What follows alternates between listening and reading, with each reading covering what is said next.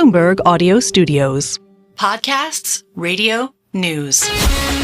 This is Bloomberg Businessweek. Insight from the reporters and editors who bring you America's most trusted business magazine, plus global business, finance, and tech news. The Bloomberg Businessweek podcast with Massar and Tim Stenovec from Bloomberg Radio.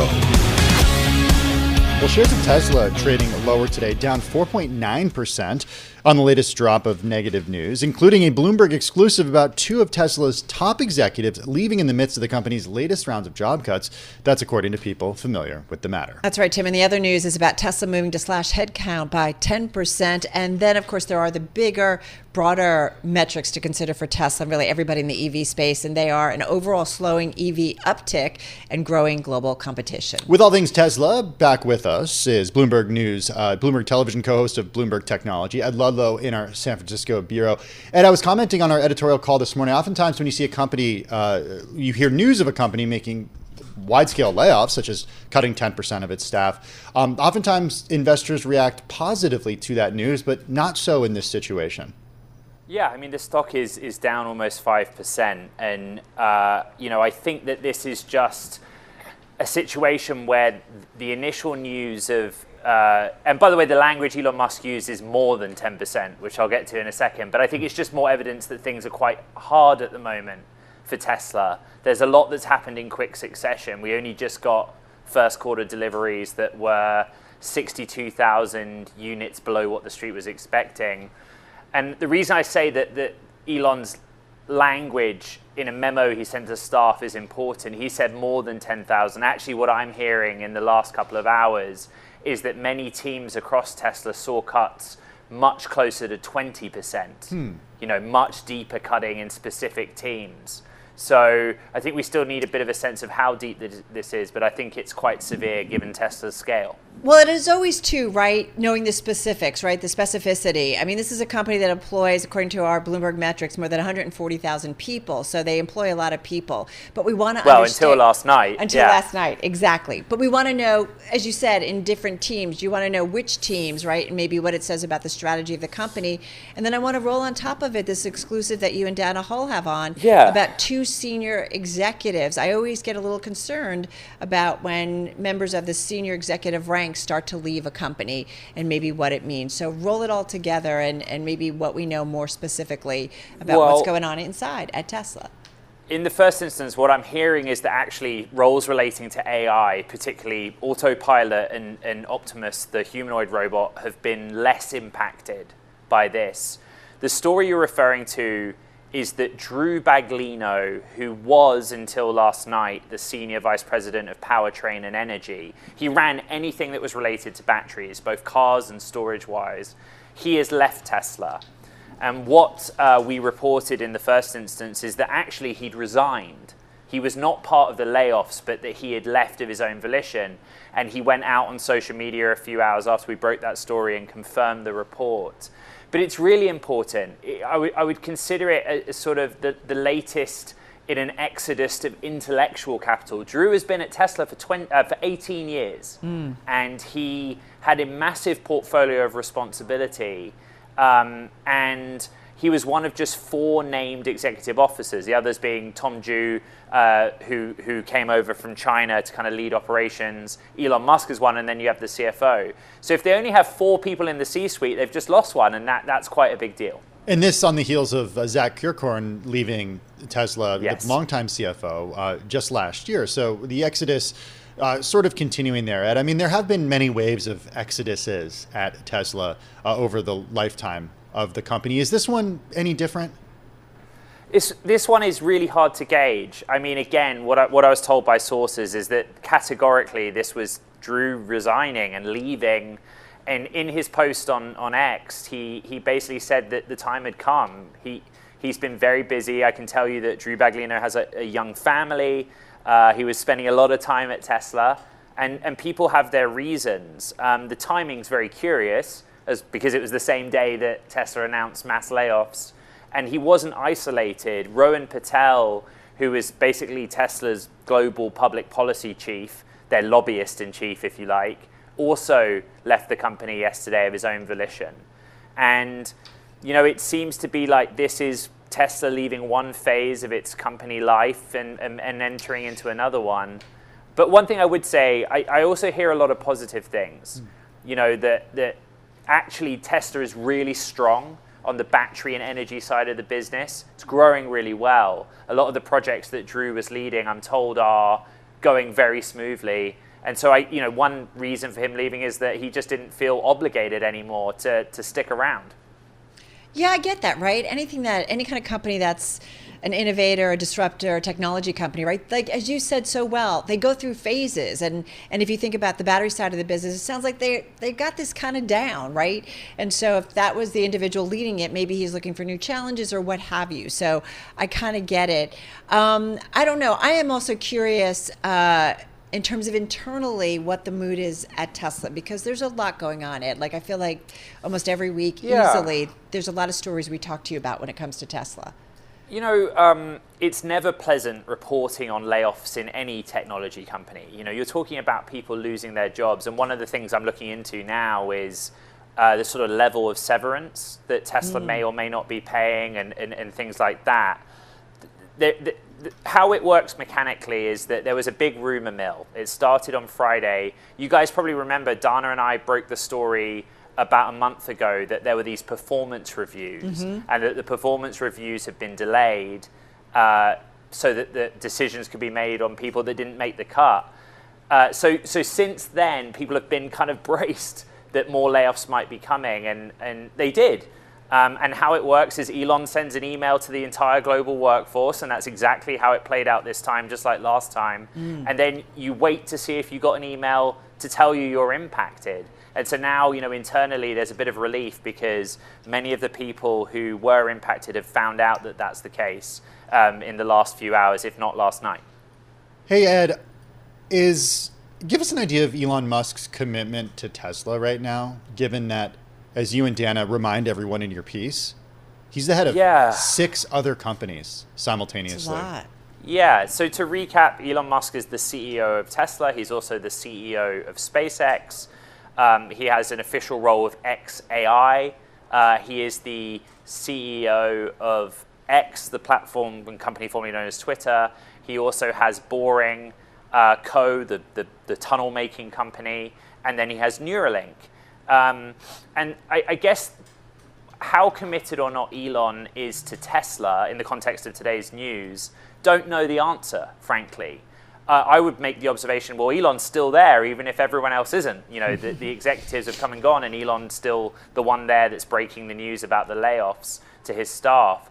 But Drew Baglino leaving, and again, I go back to the idea that he was one of just 4 named executives. You guys have so many CEOs on the show, but you also know that many companies have a very large C-suite. Even if the CEO is the head honcho. Tesla was never like that. It's always had a very concentrated power center in Elon and then maybe 1 or 2 others.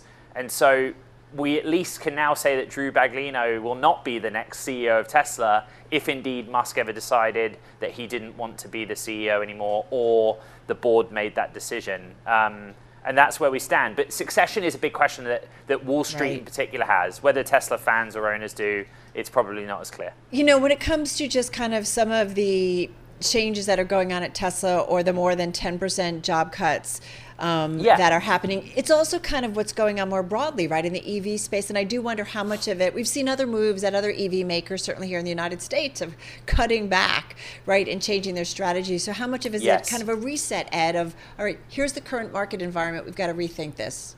So Tesla's first quarter deliveries were not good. Right. They were 62,000 units below street consensus. It was almost a drop year on year, which is kind of, it hasn't happened to Tesla for a long time. They've been on this growth trajectory. I actually have some specifics about these deeper cuts that sources basically explained to me. After the tough start to the year, Elon went to each of the leadership, people in leadership at Tesla, the different business units, and said, I am giving you very aggressive goals for cost cutting.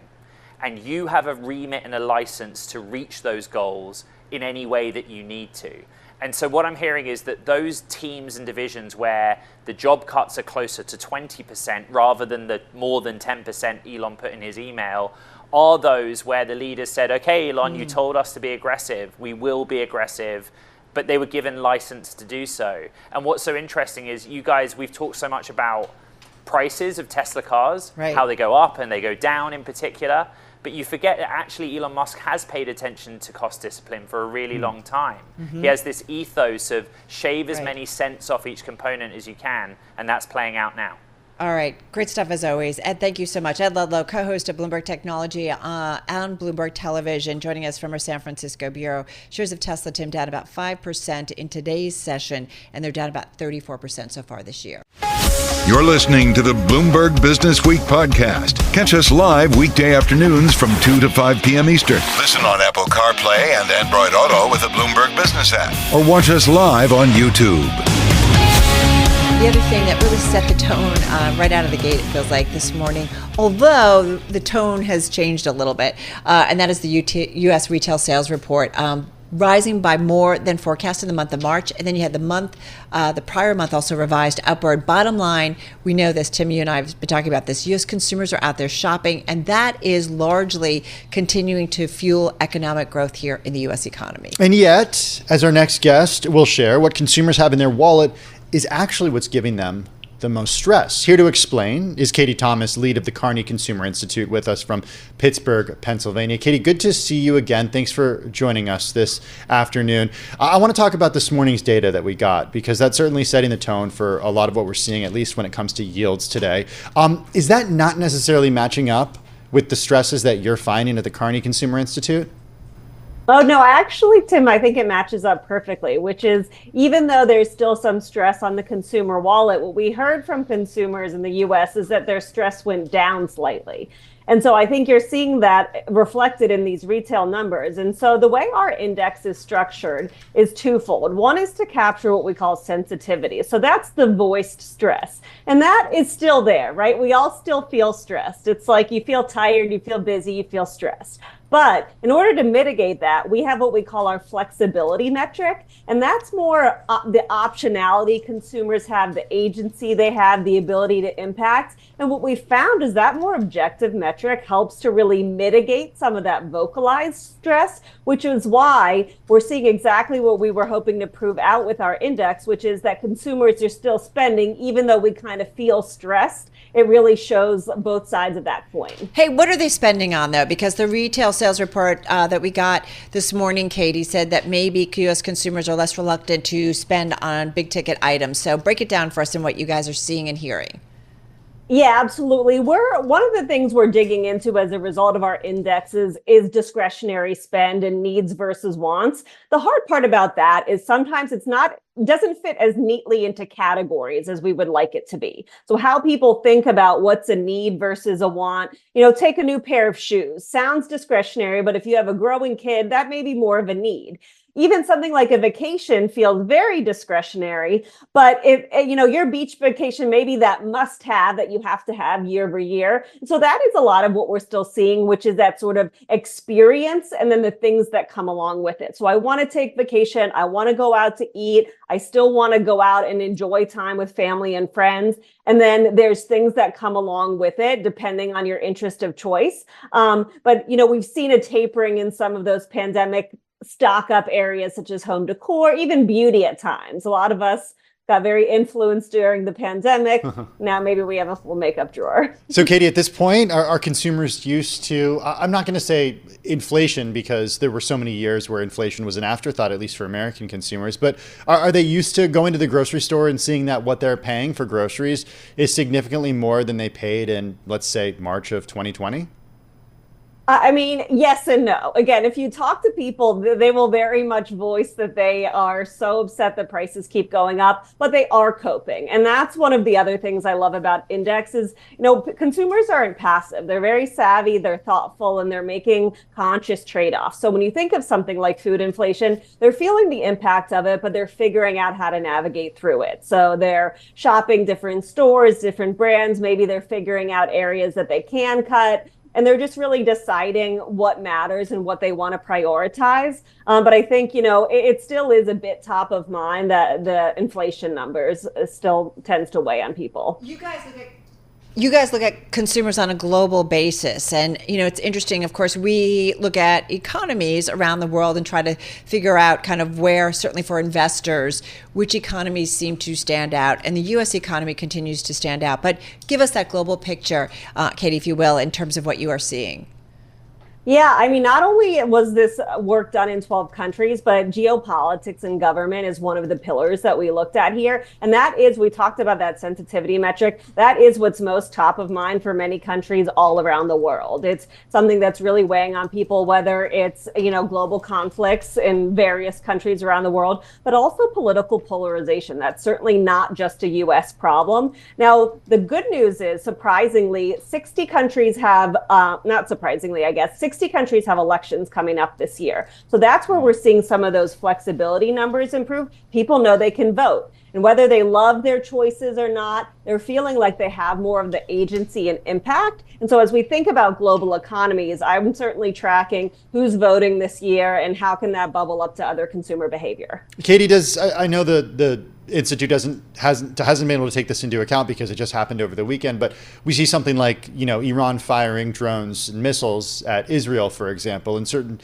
potentially stress associated with geopolitics. Is that reflected in consumer spending at all? It tends to be, interesting blips. So we see occasionally, like, there may be a slowdown. If there's something major happening, like when things first started happening in Palestine, in Ukraine, there was a slowdown for a day or two in certain demographics that maybe were just glued to the news. So there are things that we see there, but it is very sort of reactionary to the media. So it's a little bit hard to predict and plan for, but there is an impact. What was surprising in the results as you guys did this latest update? Yeah, so I think the most surprising for me was actually that we saw a growth in stress around innovation and technology. And so some of what we've seen in the index overall certainly has to do with sort of what's in the media cycle, right? You think about housing prices, food inflation, et cetera. And I think as those things have no longer been the newest news, we've seen more about AI and technology. And you're hearing consumers voice concerns over that. So it may be data privacy, it may be AI. Just the other day, I saw a story on TikTok where someone said they had their annual physical denied by their insurance, and it turned out an AI had evaluated the claim. And so that's where, as we talk to clients and businesses, we're saying, be very thoughtful about the way you're introducing AI and how that's being communicated to consumers and interacting with consumers in that facing way, because there's a lot to learn there, and there's already some stress over it. All right, we're going to leave it on that note. Katie, thank you so much. Really appreciate it. Katie Thomas, lead at the Kearney Consumer Institute, joining us from Pittsburgh, Pennsylvania on this Monday. You're listening to the Bloomberg Businessweek podcast. Listen live each weekday starting at 2 p.m. Eastern on Apple CarPlay and Android Auto with the Bloomberg Business app. You can also listen live on Amazon Alexa from our flagship New York station. Just say, Alexa, play Bloomberg 1130. Well, we love talking shipping and logistics. After all, understanding who's shipping where and how much they're shipping is key to understanding trade and the global economy. Our next guest has a great read into that. Greg Hewitt is CEO at DHL Express US. It's a segment of Deutsche Post DHL Group, one of the biggest private employers in the world. They've got more than 550,000 employees, revenues of more than $87 billion just last year. Greg's here in the Bloomberg Interactive Brokers studio. So great to have you here. We do. Tim and I love talking to anybody and everybody who is involved in transportation, because it does feel like you guys do have some great insight into what's going on in the economy. Welcome. Nice to have you here. Thank you so much for the invite. My pleasure to be here. So tell us a little bit about the environment, what you're seeing, and the level of activity and how it compares from the last 6 months, from 12 months. I mean, I'm not quite sure with the pandemic still, if we're still thinking about pre-pandemic levels, but what are you seeing? I think I've seen, to start the year, we felt it was going to maybe be a little bit stronger, a little bit more growth. We're coming off of post-pandemic, a bit of a downturn. What we saw was e-commerce, was kind of fueling any growth. The traditional segments, automotive, engineering and manufacturing, high tech, were still a little bit lower, maybe having last year a little bit too much inventory, trying to cycle that out. We went into the year with optimism, thinking we closed last year stronger, maybe it was going to grow. Haven't quite seen that in first quarter, seeing it a little bit softer than we thought, but everybody's optimistic. A lot of people are talking about peak season this year, which in air and ocean will come in the summer. For me in Express, it'll come kind of U.S. Thanksgiving to end of year. Yeah. People are optimistic that volume will grow and things are recovering. Okay, you mentioned air and ocean, so I want to just start with ocean. Are you seeing any increase, or is DHL seeing any increase in demand from the ships that are avoiding the Suez Canal? How's that playing out for you? I think a little less than I thought, quite honest. Really? In my segment, usually when there are pinch points in any one of the sectors, like in the ocean transport, maybe people move things over to a fixed network like ours and Express. I haven't really seen that lift yet. I think companies are still being patient. They still have time before the peak to allow things to work themselves through.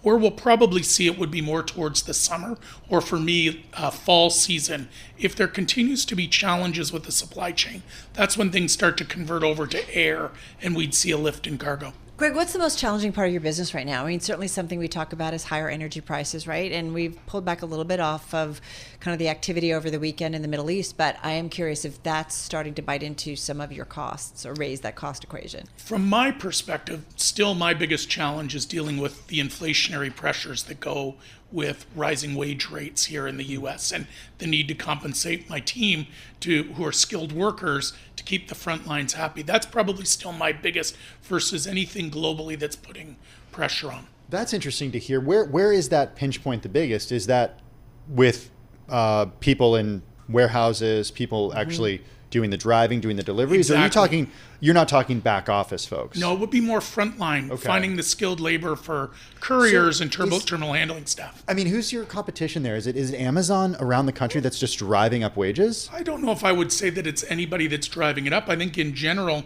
you've heard coming through the pandemic, every wages, whether it was at a Dunkin' Donuts to a courier, everything goes up. We talk about California's minimum wage all the time, up to $20 an hour at this point. And we have to respond to that and make sure that anywhere where we're employing people, not only are we at the minimum wage, but generally because it's skilled labor, we've got to be a bit above that. Well, one thing, and this is something we talk about when we focus a lot on inflation generally here in the United States. And we were having a conversation earlier with one of our analysts who watches the rate environment. And this kind of debate about whether or not this idea of the Fed getting back to 2% inflation, whether it makes sense anymore, because there does seem like the workforce, that there's just not enough workers that people need, and that maybe a higher wage is something not just short term or until the next wage cycle, but something longer built into kind of our economic model. Do you agree with that, or what's your thinking about wages longer term? I think from my standpoint, what I'm not seeing is wages don't go down. Once they go up, they tend to hold and grow from that. What we've seen is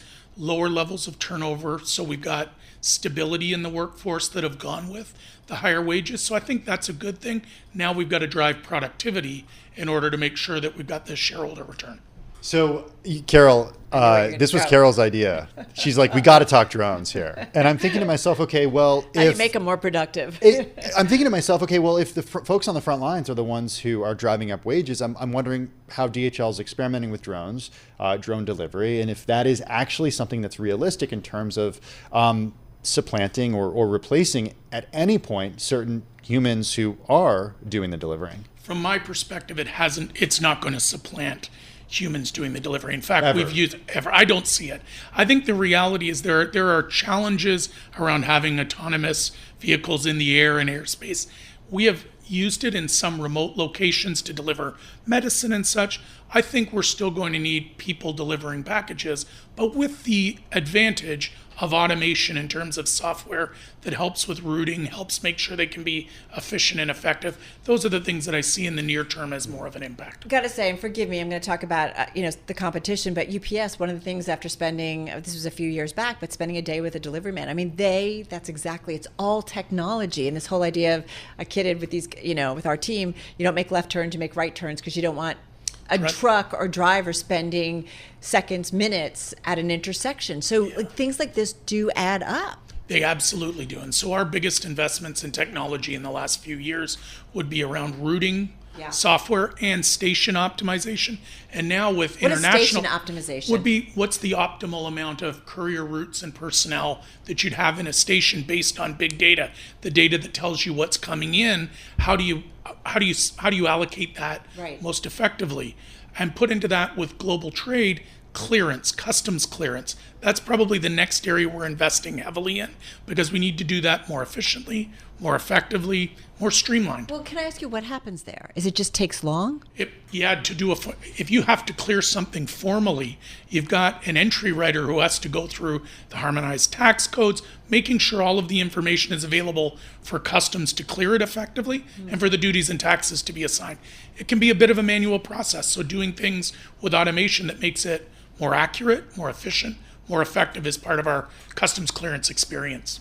How's air capacity looking at the company right now? Do you have too much air capacity? I wouldn't say we have too much. I think we probably adjusted coming out of COVID, where we had a lot of charters and extra capacity that balanced out our fixed network, the jets that we've bought. We've now right-sized those. We try to run 80 to 90% capacity utilization and then scale accordingly, and we're running at good levels. Well, to what extent are you leaning more on third-party capacity providers right now? I think if I would have said before the pandemic, we were very balanced between our own network and leveraging commercial lift. Through the pandemic, we leaned much heavier on our own network. Now we're probably balancing it out. Before we add maybe another jet into our own fleet, we will look at commercial to balance it out. So when we started, Greg, it sounded like there was hope that things get a little bit better this year. Do any of your clients talking about slowdown, recession? Not really. In fact, I would say compared to this time last year, where there was a lot of uneasiness, where inventory levels were high and there was a lot of uncertainty, this year when I talk to them, they are optimistic. What I haven't seen is the orders flow through and the moves go through yet. But people I like are what feeling. You're saying, but show me the order. We want to see them, but it gives me optimism that for peak season we'll see a return to more of the norm. We're usually in third and fourth quarter. There's a rise in goods moving that we haven't seen in the last couple of years to the same extent. Why would a customer go with DHL instead of going with FedEx or UPS?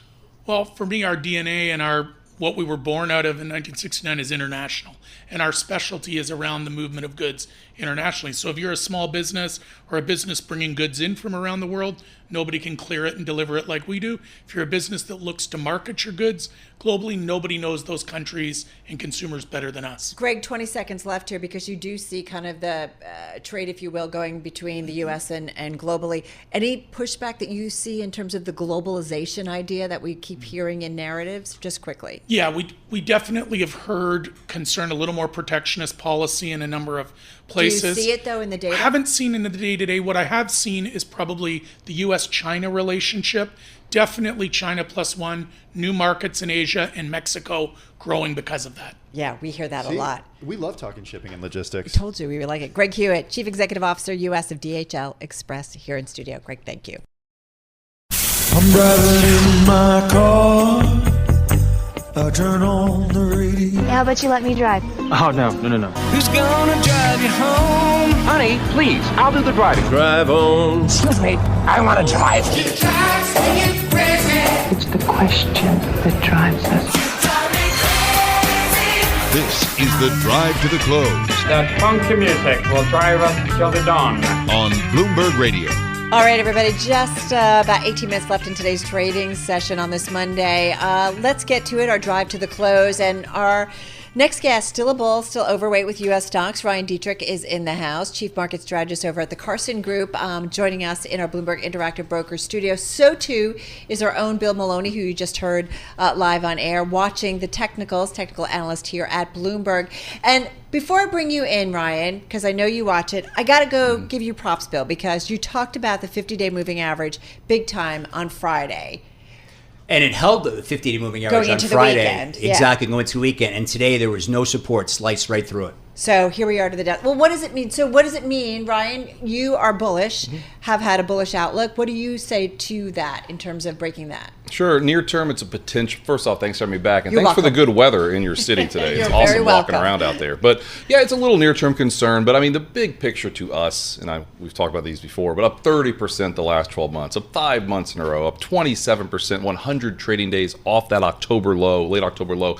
To see some type of indigestion, some type of pullback is not that surprising. I think, a little bit further lower is a 200-day. That's kind of where we'd expect to see, more support. But all in all, it's not that abnormal, I think, to have some of this give back after the run we've had. I mean, up 6% still on the S&P 500 so far this year. How much of a give back, Ryan, could we have? Yeah, I mean, we started off as we know, we started off the year up about 10% in the first quarter or so. I mean, between 5 to 8% would be perfectly normal. I mean, this year, I know today's going to be different, but before today, 2.5% is the max peak to trough correction we saw all year. That would tie 95 for the least ever, and then 2017's in there about 3.5%. So to think we're going to go in an election year when there is usually a little more volatility without more than a 2.5% correction would be foolish, I think. And the fact that it's happening isn't overly concerning to us right now. I mean, look at the news, right? I mean, consumer is still strong. We get into some of those things. But from a technical point of view, we still think that this market is fairly strong. It's just due for some correction. One more final thing. When you gain 10% the first quarter, normally the rest of the year continues to do well. Here's what's interesting. The last time it was an election year that gained at least 10% in the first quarter was in 2012. The rest of the year only gained 2% back then. So I think we're getting a little more, but election years, maybe you can have some chop the rest of the year as we go into that election. Bill Maloney, we've got a bull in the house. I mean, when you listen to him, and I'm curious because you're also talking to a lot of traders and so on and so forth as the market moves, are you hearing more bearish sentiment or bullish sentiment out there? Not really. I think Ryan's exactly right. We've had such a big move. Well, we've had such a big move from the October lows. We have to digest some of it. Trading below the 50-day, okay, we're below the 50-day, and there may be something down at 5,000, so maybe next support around 5,000, which is only 60 points away. So not a big deal at this point. Well, Bill, how do geopolitics change the equation, or could they change the equation if we do see something more widespread in the Middle East? From a trading standpoint, definitely changes the perspective. I mean, you're seeing today just the Twitter sphere was lighting up about a potential Israeli response. That's why we're selling off today. So right now the market is probably a slave to what's going on in the Middle East. And I'll chime in on that. I mean, absolutely, in the near term. At the same time, we looked at 39 major geopolitical events going back to World War II. The S&P 3 months later, on average, these are the big ones, 9/11, JFK assassination, wars. The S&P was up, just barely, but up 3 months later. So we're by no means ignoring what's happening. But I think at the end of the day, if the economy is avoiding a recession, like we continue to think we will, any of this near-term indigestion, volatility probably is going to be more of an opportunity for a continued year-end rally. On those major events, you always want to be a buyer long-term. Absolutely. Yeah. Well, on that indigestion, though, do you get a little bit of indigestion if the Fed does not cut rates at all this year, Ryan?